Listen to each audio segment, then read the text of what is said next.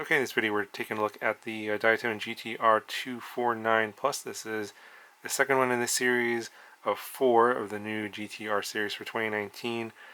We saw previously in my other video this one here is the GT-R239. So this is for a 2-inch version or 1.9-inch props actually in this one, with the prop guards and the all polycarbonate frame. So if you want to see that video, put a card in the corner and also a link in the description if you want to see that video. But essentially, it's all the same parts. So the 239, which is the 2-inch version, the 249, which is the 2-inch version with the carbon frame, which is one that I don't think I'll be reviewing, that they haven't sent me that one, and I have no plans to get that. And then there's the 249 Plus here, which is basically a carbon frame with a 2.5-inch prop. All of those three use the same parts and motors. The difference is the R349, the 3-inch version, that uses the 1408 motor, but I think this is the same, the Mamba mini stack with the same camera video transmitter setup. So that's the only difference in terms of the 4 in the series. In terms of electronics between the 239 and the 249 Plus, I believe everything is exactly the same. The only difference here is the frame. You saw the same motors as before. These are those Cobra based motors, the 1105 5500 kV. But now instead of running it on 3S on this frame here on 2-inch, we're running this on 4S. And you'll see it's quite a bit more lively at 5500 kV on the GemFan 2540 prop. The camera is the same Runcam Swift and the same Runcam TX200U video transmitter backpack that sits in the back of the camera, and the same Mamba mini stack 25 amp 4 AC F4 flight controller. Obviously this is again plug and play, just like the all Diatone stuff. So I did add a XM Plus receiver there. I just cut these little wires and soldered on my own XM Plus receiver, which is underneath this little canopy here.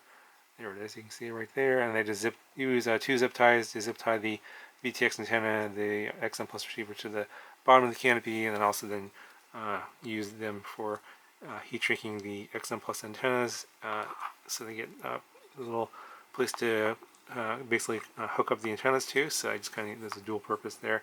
But the plastic canopy here is just the black version of the same one that's on here, transparent, pretty indestructible. And now you know, the difference is, instead of the plastic bottom frame, you have a carbon bottom frame here on this series. It's a 3mm carbon bottom frame, very nice carbon. Everything's nice and chamfered, very clean.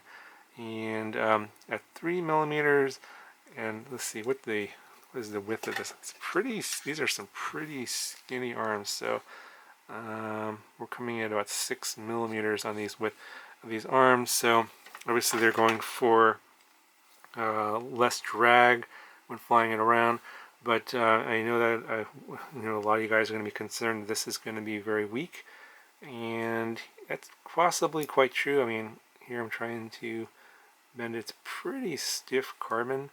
I can't bend it at all. But I would be concerned as well if you're into crashing a lot, if you're a beginner, first-time pilot. I would not recommend flying this over any kind of asphalt or concrete like I did in my flight demo you'll see later.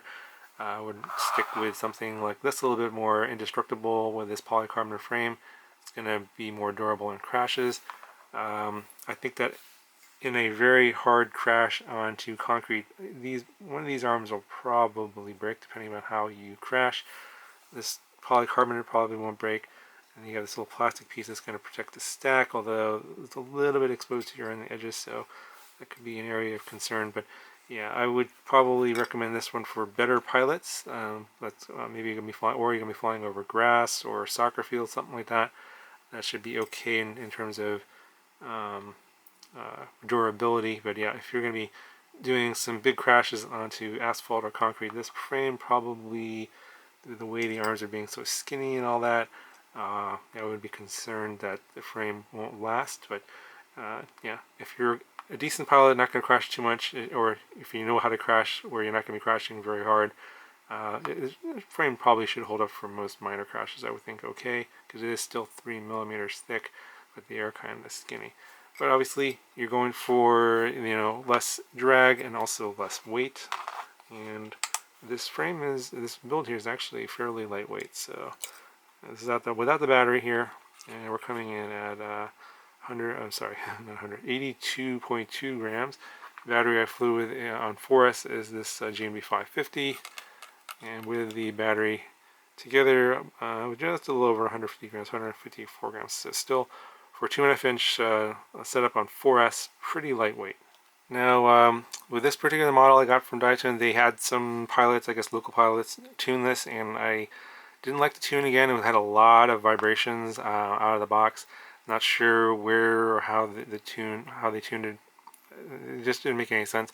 I think they are going to change it, so I went ahead, I wiped it. I went to a newer version of Betaflight, I think 3.5.3 on this one, and I just followed my own Betaflight 3.5 PID tuning guide. So for the baseline settings, I'll put that link in the description to that video. You have to follow that guide to put in Flash 3.5.3 and put in the baseline settings, and then I'll put the final PIDs up here on the screen. You can put those PIDs in. If you just put the PIDs in without the baseline settings from the other video, you won't fly good. So you have to put those settings in first, then put in the PIDs, and then it should fly okay. Now I know that Diatone is continuing to work on the tune, so the tune that you're going to get is going to be different from the one I got. That much I've been told, so I wouldn't worry about that too much. They're still working on the tune for this one and for this one.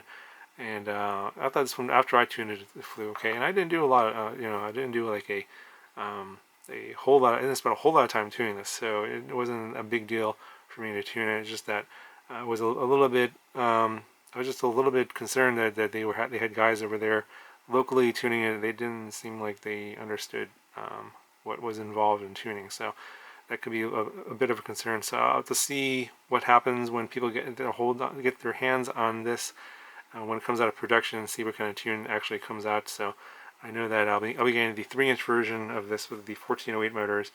That one I'll be getting a production version from Banggood at some point, probably in a few weeks. So I'll have an idea of how good that tune is, and I'll let you know in that video whenever that comes out. But yeah, enough of me rambling on about this. I'll go ahead and I'll show you the flight demo of this, and you'll see that this is pretty fast. I think this one's going to be a pretty good, nice 2.5 inch racer on 4S. Anyway, here's the flight demo. Okay, so these are the PIDs, final PIDs I came up with after tuning it.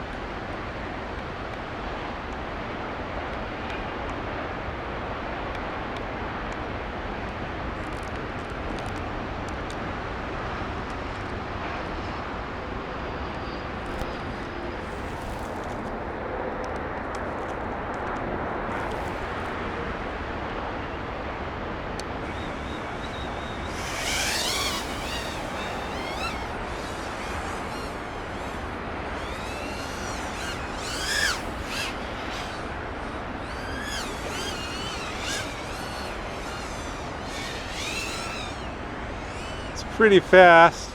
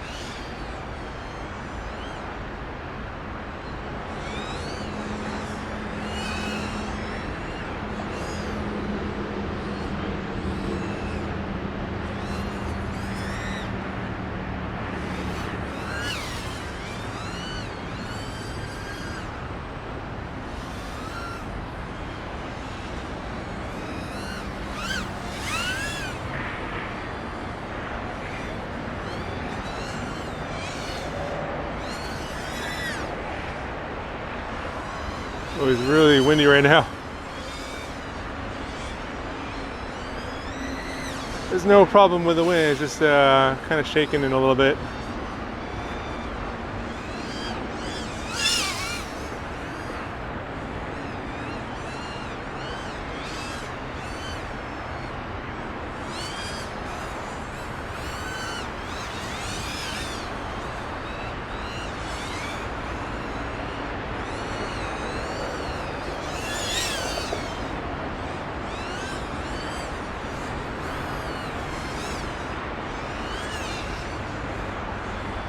It's very, very smooth and controllable.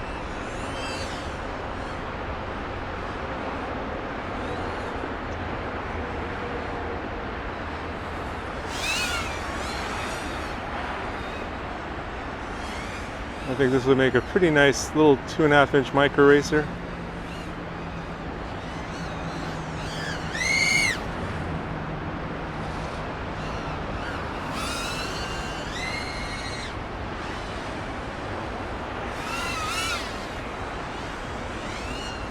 Obviously you could do a little freestyle with it too. I think this frame is, kind of geared towards racing, not really freestyle.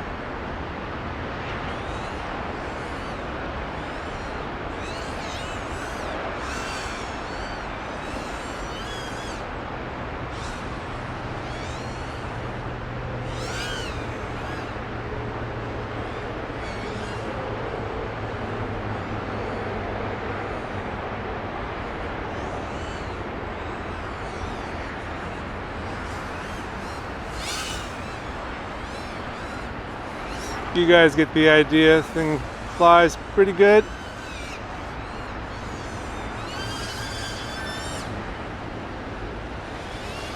Just about at the end of the battery here. Let me know what you guys think in the comments below.